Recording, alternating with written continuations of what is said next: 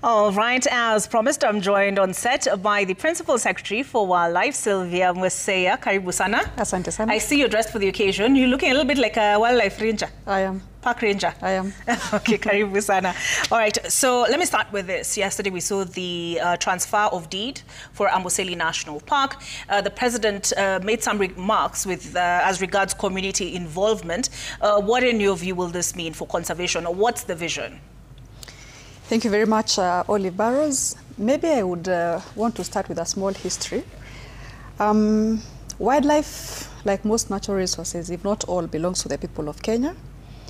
And many years before, during, and post-colonial era, we've seen different conservation models happening in the country. However, we had wildlife before the colonialists came. We had wildlife before Kenya Wildlife Service was formed in 1989. And different communities reacted to it differently. Some communities had learned the art of coexisting with wildlife quite very well because their culture and way of life allowed. If you look at the Maasai community, for instance, livestock and wildlife coexist very well. It's not the same for crop farmers who then felt that a lot of wildlife was a distraction to their hard-earned labor. And therefore, the first park was gazetted in 1946, Nairobi National Park, as a national park. Then Amboseli was then gazetted thereafter in 1948 as a national reserve. National parks are under national government, Kenya Wildlife Service. National reserves are under county governments. And there was not a proper rationale or formula on what was a national park and what was a national reserve. However, I deduced that communities that coexisted with wildlife quite well then would have been left to manage the gazetted protected areas at a county level. And therefore, Amboseli was first gazetted as a national reserve in 1948 under the Olkejedo County Council. Mm-hmm. But in 1974, it was reverted to national government. It was a very important and remains one of our most important protected areas. It is our highest revenue earning park in the country, earning at least 1.6 billion per year. And when that reversion happened, the Maasai were very uncomfortable with it because they'd been taking care of wildlife all their years. And Amboseli was chosen as a park. The colonialists would gazette a park mostly because of concentration density of the wildlife. So they would look at a place and see there's too much wildlife, and they would then decide to protect it. But their protection model was a fortress, which means they would then say this is for wildlife and people should not live in it, which worked well in some areas not so well. So Amboseli was such one area where the community felt that what was gazetted was, first of all, their community land. Number two, they were already very comfortable living with this wildlife. They were protecting it. And Amboseli generally is a swampy area. So by the time the colonialists were coming to gazette it, it was from the point that it was a watering point. We have more wildlife living outside Amboseli National Park at any particular time than that lives within the park. So the additional community land, then the community around felt, if you are already taking away this, then take away the animals that are in our spaces, put it in that space that you have taken out, and leave us to be. So we have had a challenge. We recognize it was a challenge.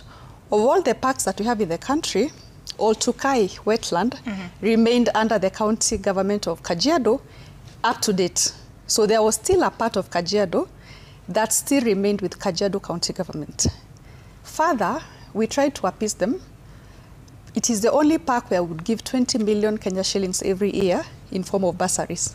So we knew, and everybody knew, that there was an injustice that was committed.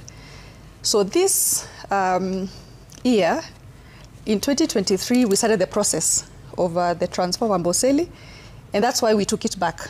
It is from a historical point of view, it's from a coexistence point of view, it's from a culture point of view. However, I have to say that community-based natural resource management is the best form of natural resource management, where communities feel involved, whether through county governments. We have over 28 national parks, over 35 national reserves, But we have 215 conservancies across the country that continue to give us space, much needed space for wildlife. Mm-hmm. We obviously are not gazetting any more land as protected area, and yet what we have is really less. The population of elephants in the country, in the census that we are just about to release, is about 42,000. So the population has grown steadily since KWS was formed, anti-poaching efforts, and as the population grows, the human population is growing, need for industries, need for settlement, need for infrastructure, and therefore we have to really think about how to have communities and counties incentivized to continue to allow open space for wildlife. So that was the thinking behind it? That was the thinking behind it. All right, we take a break, but when we come back, we get into much more, including wildlife compensation, human-wildlife conflict compensation, the KWS fees that have caused an uproar, as well as I'm curious what the relationship is with KWS and the community, because you talk about the community being a big part of conservation efforts, but what is there trust there? We get into all of that on the other side of this break.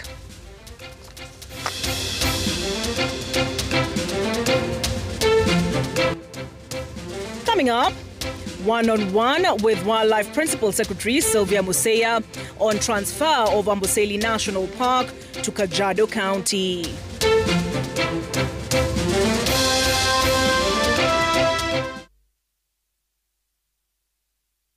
Sometimes I need a fragrance to keep me calm, stays fresh in the heat and feels elegant into the night, lasting longer than expensive perfumes. New Downy, lavender calm, sunrise fresh and sweet elegance, freshness that inspires confidence.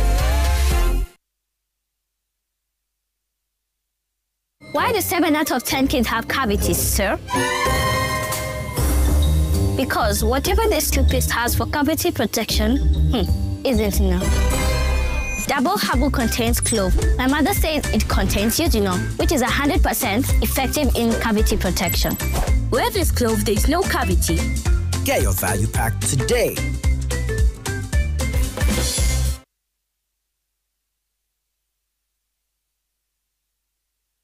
Hello, ladies. Wagwan! So where do you want to go? We want food. Shopping. We want a Kenyan line. Okay, let's go.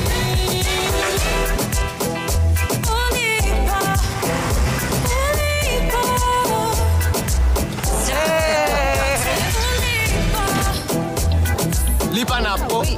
In Kenya, we boat la biashara.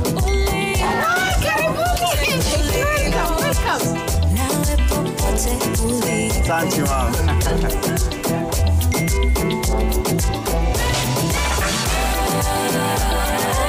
Okay, let's go, guys.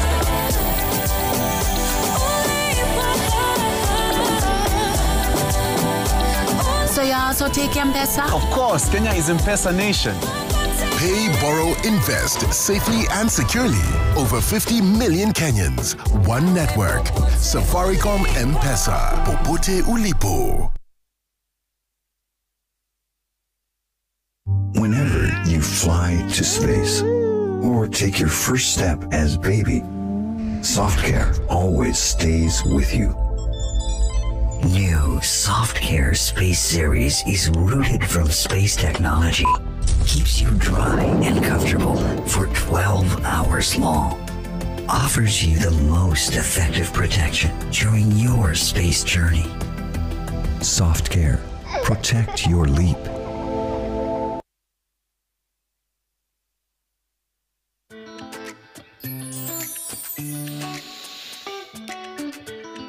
Venus unveils confidence that captivates with 5 times more hydration. Venus, inspired by nature, perfected by science.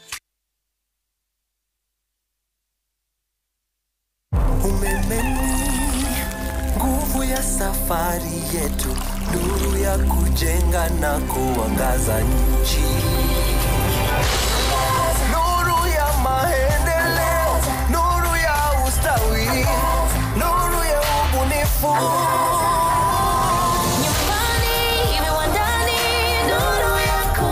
Dial *977# or download my Power app to access Kenya Power services fast and easy. Kenya Power, nuru ya Kenya. Teke na Wigo Boda. Chanua Jam, fika on time at the lowest charges in town. Wear helmet and ride in style. Ni safi, ni safe, na ni easy kwa mfuko yako. Wigo, your trusted ride. Download the app now. Ama SMS Wigo to 20425. You'll fike right on time. Wigo, your trusted ride.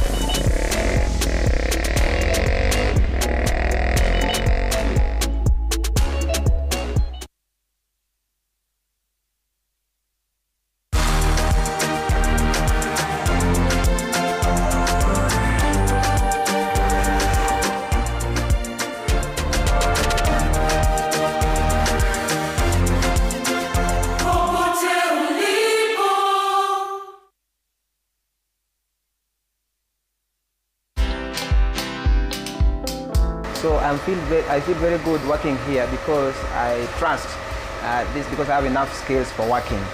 At the same time, this job has really helped me a lot because what I get from here, I pay my own rent.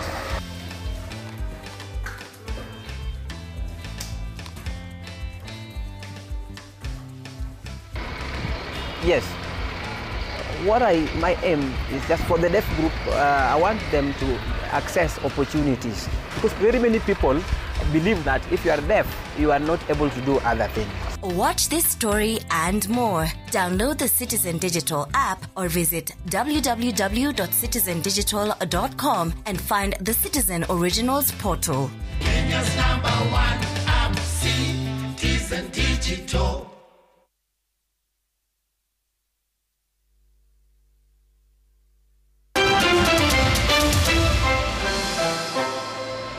All right, thank you for staying with us on Sunday Live. As you met her earlier, and as I'd mentioned earlier, we're joined by Sylvia Musea, who is the Principal Secretary Wildlife. I just want to wrap up quickly the question of national parks and county governments. You were explaining to me the Meru Taita Taveta, because we have the Meru National Park, for instance. They also want a cut of the revenue because I know, and according to what Stephen Leto told us, under the current arrangement where the Amboseli National Park is concerned, it is what, 70-30, then 50-50, then over a 3-year period, the entire amount goes to the county government, or? Yes. Okay. To Amboseli County. Okay. To Kajiado? To Kajiado County. Yeah. Yes. All right. So is your question... So what is the clamor that you're hearing? There is a misconception that there is a clamor by the rest of the governors to have the parks change ownership. We have not received any such. What I've heard is a clamor from the governors to have some of the revenues from the national parks in the counties that host these parks. More specifically, Savo East and Savo West. You will remember that the Savos occupy 64% of Taita Taveta county government land. To that, we say, obviously, there's need for dialogue, two-pronged. Parks have been managed by Kenya Wildlife Service since 1989, and under the stewardship of Kenya Wildlife Service, and putting a lot of science, a lot of data, a lot of resources, then they've been able to generate some revenue, in which the governors want a share, which is okay.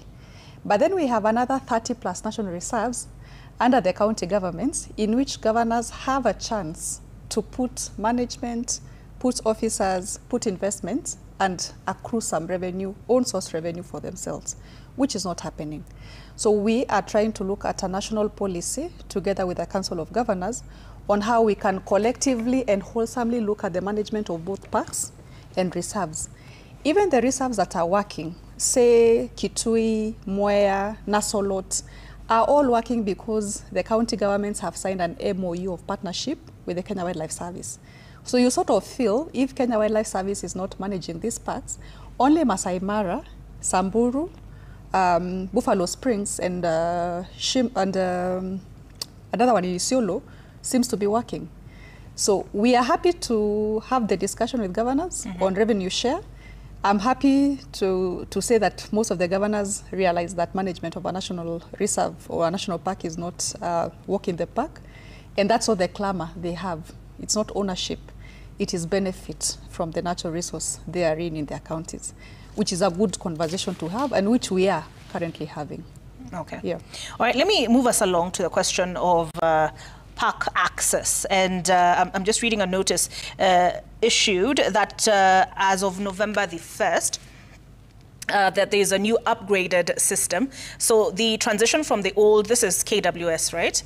Transition from the old eCitizen platform to the upgraded new eCitizen payment system, KWS Pay. And the new upgraded system includes multiple payment options. All transactions will apply a monthly dollar exchange rate in line with the Central Bank of Kenya rates, in addition to facilitation charges to cushion the service provider against inflation, currency fluctuations, and interbank charges. The dollar exchange rate will be reviewed and communicated monthly on the KWS website and KWS Pay portal. A nominal administrative fee per transaction will apply as outlined in a Gazette notice dated the 22nd of December 2023. And lastly, an additional 5% gateway fee will be charged per transaction in line with the Central Bank of Kenya approval to support system maintenance and operation costs. All payments through bank cards attract additional charges depending on the card service provider that range up to 3.5%. First of all, why the change? We have two matters on the issue of the new park fees. One is the additional fees. Which I think we've discussed with the stakeholders in the sector, and we are good to go. And we've said change is the only constant thing in life. 18 years ago, I would buy a loaf of bread at 20 shillings, 25 shillings, and everything else. Cost of doing business, cost of production, and cost of conservation is not getting any cheaper. So we did agree on the new park entry fee and the increase therein. We had, first of all, gazetted in 2023. The stakeholders took us to court for lack of proper public participation. We redid it, and we were in agreement, and therefore we gazetted the new ones. Then we have a second change from the eCitizen to the KWS e-Pay, and the raft of changes that you have then read there. And that has caused a little uproar, or a lot of uproar in the tourism sector. And that's a matter that is under discussion.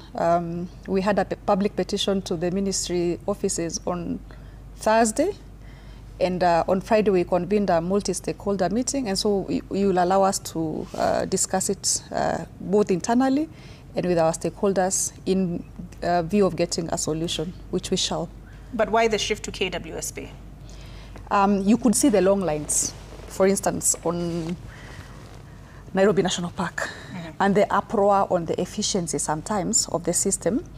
And with KWS, it gets a little complicated because we have parks that are really off the national grid in terms of internet connectivity, electricity, and therefore sometimes you find the system is failing, and therefore we felt that there was a need to upgrade to a more stable, accessible all-round, because eCitizen is a good platform. However,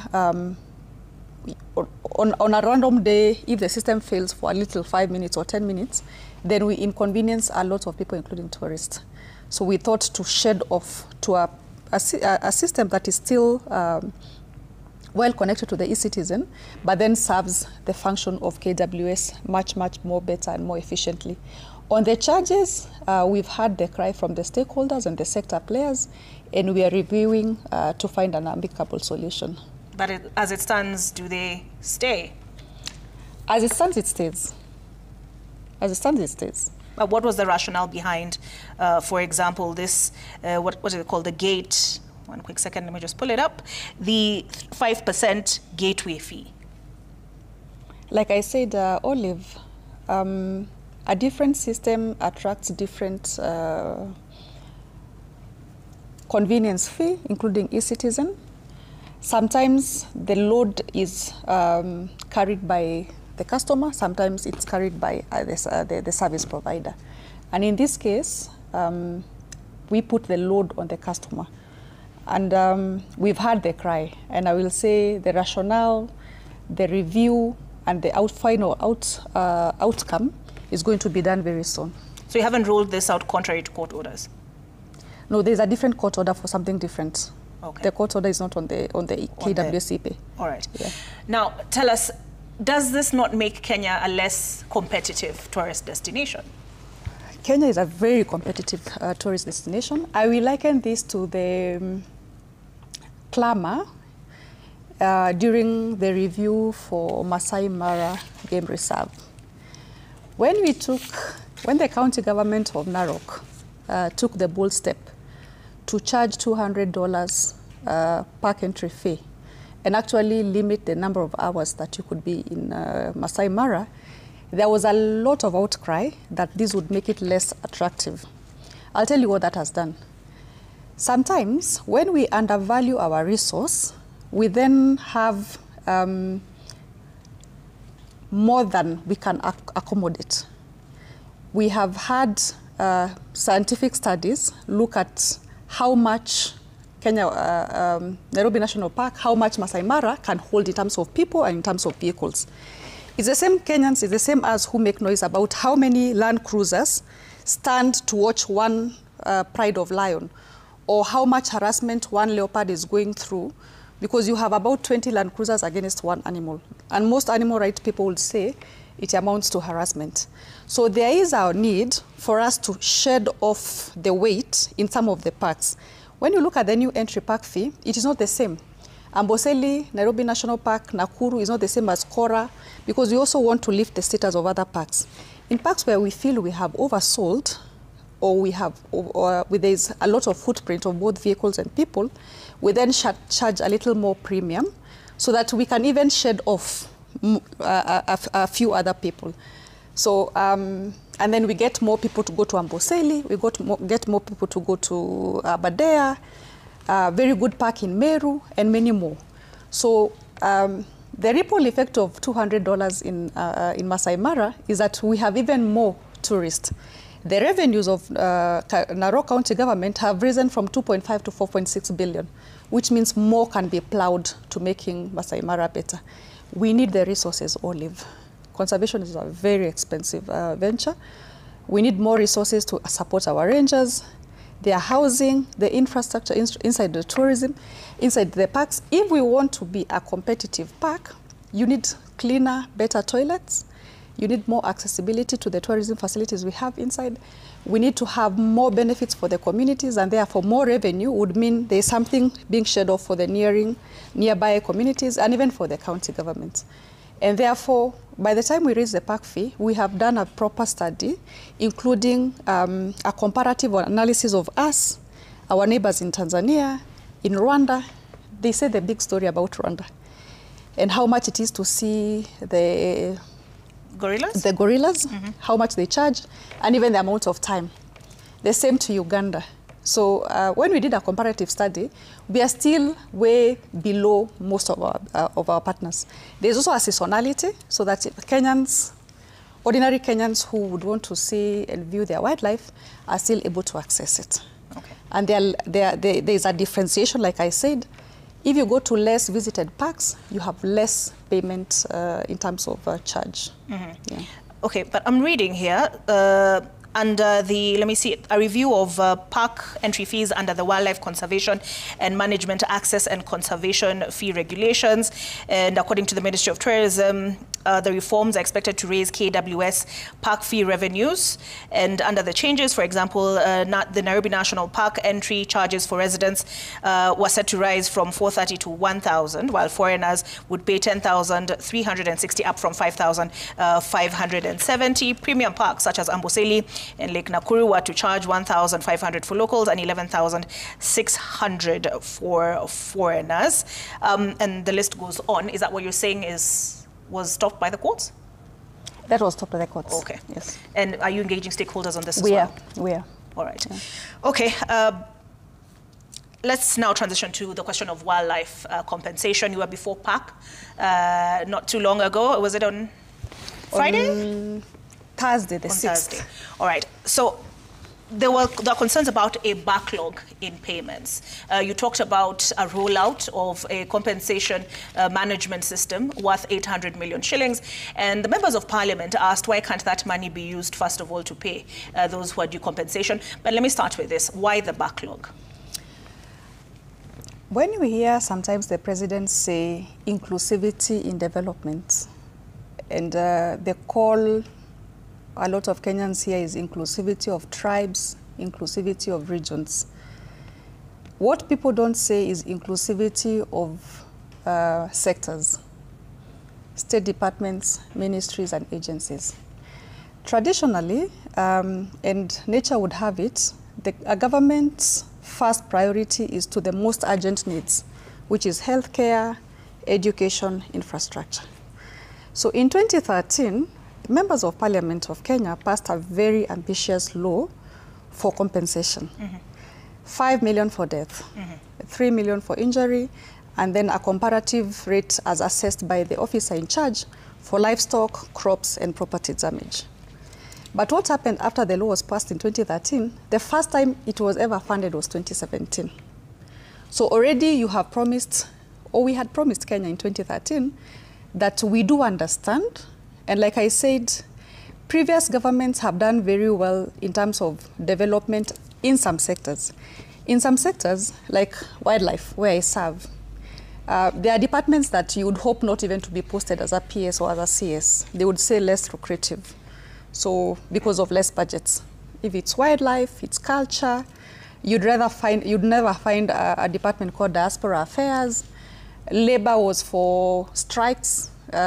You'd never find the programs that Labor is doing today in terms of labor mobility to countries abroad. And that the Minister of Labor today is a very serious minister trying to sign bilateral agreements to ensure that young people get. So that inequality in sector development meant that we would then roll out projects and programs and never do a follow-through in the budget-making cycle. So that was exactly what happened. When we passed a very ambitious, and when I was in Parliament, I showed them the comparative analysis of how much we pay in Africa. So I gave the statistics of how much Namibia pays, South Africa, Botswana, those are our comparative friends in conservation, Tanzania. We looked at India, Nepal, and the rest of the countries, Brazil. And Kenya pays almost 10 times of what most countries pay. But that's not the problem. The problem is that we then promised Kenyans in 2013 that we'd be paying them 5 million for death and all the list I said. 2014, members of Parliament, the ministry had an opportunity to sit and follow through that commitment in a budget. However, it was never actualized. 2015, it wasn't actualized. 2016, it wasn't actualized. 2017, they gave the first backlog, the first disbursement due to the backlog and the noise. Because already you have told Kenyans that you're entitled to compensation. They have filled forms, they are all full in the KWS offices. Wait, so what is owed to date? Verified and owed, is that the 3.5 billion? So we are still verifying claims. Because we stopped verification after COVID and after SRC did a circular to stop payment of allowances to non-government officers. So generally verification is done by a community verification committee chaired by the county commissioner. And it has 4 members of the public per county and they're gazetted. So they need to move around. If, for instance, let's use Nairobi because that's where we are and that's what we know. If you have 4 members coming from Nairobi, Nairobi has 17 constituencies. One has to come from Ruai, another one has to come from Dagoretti, another one has to come from the junction between Rongai, Karen maybe, and Kajedo, and another one has to come almost from Kahawa. And they have to meet. Some counties, the road infrastructure is quite wanting. Counties as big as Marsabit and Meru. And you're not providing them transport allowance, you're not providing them sitting allowance because it has been rubbed off through a government circular. So since 2021, no county compensation committee sat. What that meant is that members of the public would go, file a form as approved by the law, report to the nearest officer, get the necessary documents, whether it's a death certificate, whether it's a doctor's report for injury, whatever it is, a livestock officer would then decide or sign off and say, yes, I came, I inspected, I certify that the cows or the goats herein died as a result of a hyena, lion attack, or whatever. And then the forms would go to KWS offices in the outpost. We have 154 stations, and they would lie there waiting for a day. So they have been lying there since 2021 until last financial year, when we were able to convince SRC to allow the county compensation committees to have a small allowance so that they can sit. And when we were then able to have some money to allow Kenya Wildlife Service, which is the secretariat, to convene. So they have been convened, they have been verified and validated. They have just come to Nairobi. The DG Kenya Wildlife Service, I think, sent them to my office last week. So I still do not have the view of how much we owe Kenyans even now. We will have that within the next 1 week or two, once all that information is consolidated. So that process, the manual process, how long the bureaucracy is, the underfunding by National Treasury, the low revenues by Kenya Wildlife Service, means that we have had a backlog for quite a bit of time. But what we did, immediately we came into office in 2022, we did find a budget. Like every other year, there's a budget, but there's never disbursement. In 1 year, they disbursed 65 million of 960, which was on the budget. Because I said, previous government would then say, let us first of all clear the teacher strike. So all the money that had been collected would then quickly go to education sector. Obviously, health is a very important sector. But equity in development means that all sectors are important.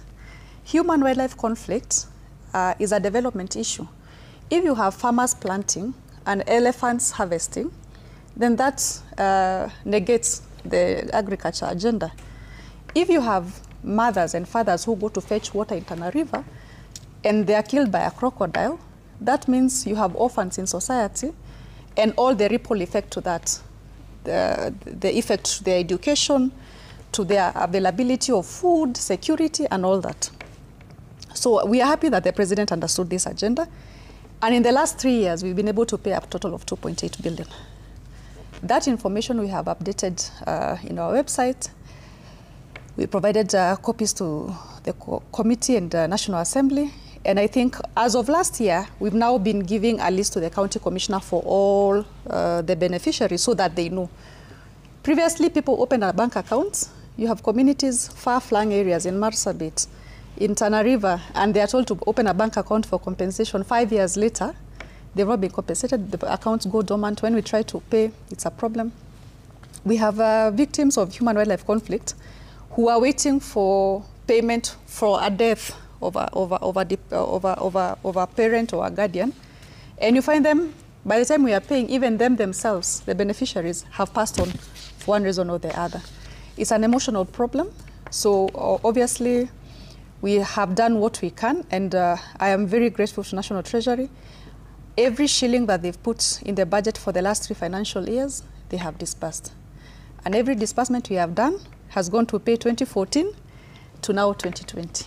All right. So your proposal to the legislators was to review the compensation amounts downward? Yes. My request to National Assembly is that with the new bill we are bringing, we take it to the insurance standard, where then we say payment for death shall be a maximum of 3 million. The cry by the community is do not so much pay us so much, but pay us as quickly as possible, so that we are then able to go back to our normal lives. There is no amount of money that can compensate a human life, but it can alleviate the suffering that life, then that loss of life brings. And if it is a widow who's been left behind by the husband, if you pay her promptly, she's then able to go maybe do business, stock up her cows, take back her children to school. So the question is do not promise so much and take 10 years to pay.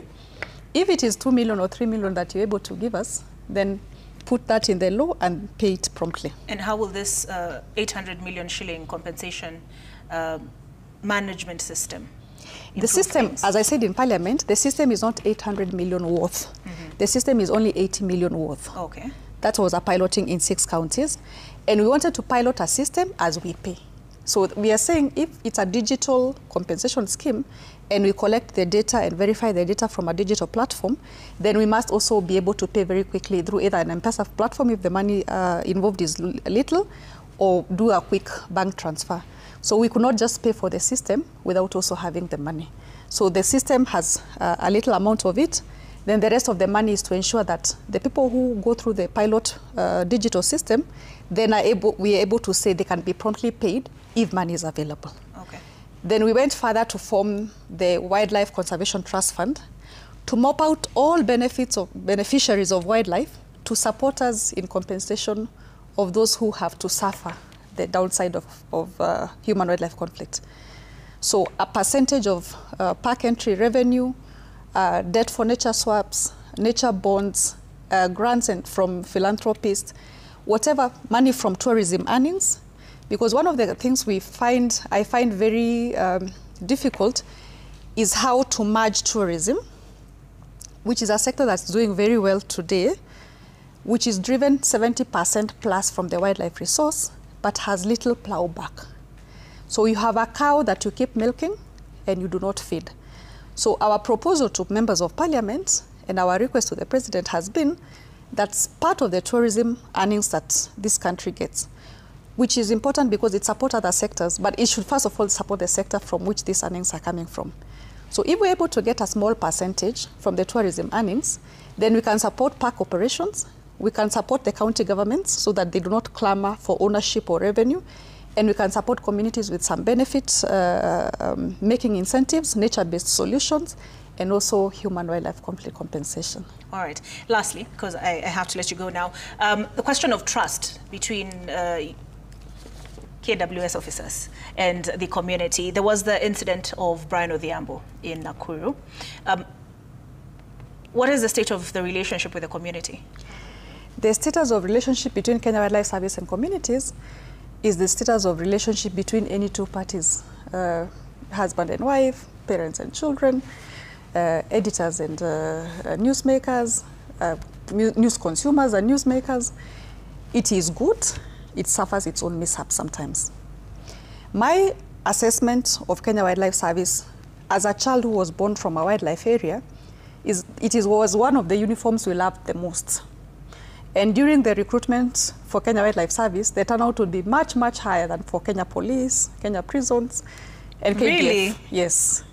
It had a gist. There was, when I was in primary school, and what we have now started again, the wildlife rangers would come to school, teach you on human-wildlife coexistence, teach you about an elephant, a lion, so on and so forth. We used to do essays, and that's what we are trying to revitalize, so that we have young people who understand conservation from a very young age.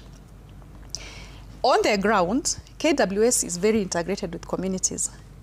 In communities where wildlife is, they are part of the birthday parties, they are part of the Christmas parties with the communities, because they have to come too many times.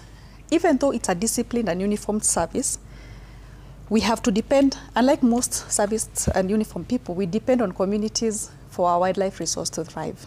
So we have to read the Wildlife Act together.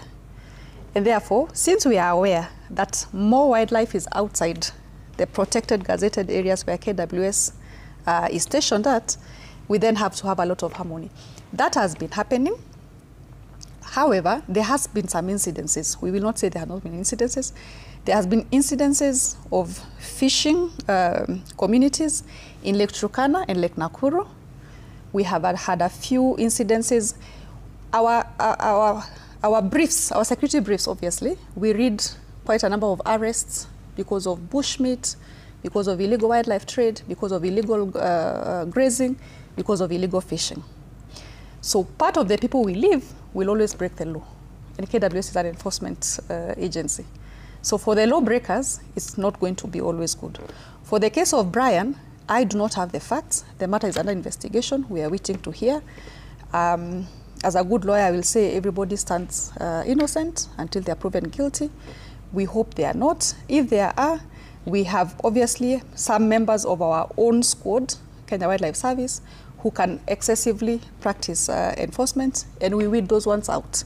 If the court determines that Brian was abducted by Kenya Wildlife Service or disappeared because of Kenya Wildlife Service, the officers are named, they have names, and they shall face the full force of the law. For the rest of over 6,000 rangers, they continue to coexist with communities very well. For the transfer of Amboseli, KWS remains on the ground, now and forever. They do not leave the park. Masai Mara, Kenya Wildlife Service still does the bulk of the work. Security work, human-wildlife conflict. So as long as there's a wildlife resource, even in private conservancies, if you go to Solio, if you go to Olpejeta, you go to Lewa, whatever conservancy there is that there's wildlife, there's Kenya Wildlife Service. So they continue to play a very important role in our conservation agenda. We suffer some mishaps sometimes. We correct it as we go. In places where we find we're on the wrong, we are not shy to apologize and try to do some restitution. Okay. And then weed off those who give the service a bad name. All right. Yeah. Thank you for speaking to us this evening. That is Sylvia Museya, who is the Principal Secretary for Wildlife. We take a break, but sports news coming up. Thank you.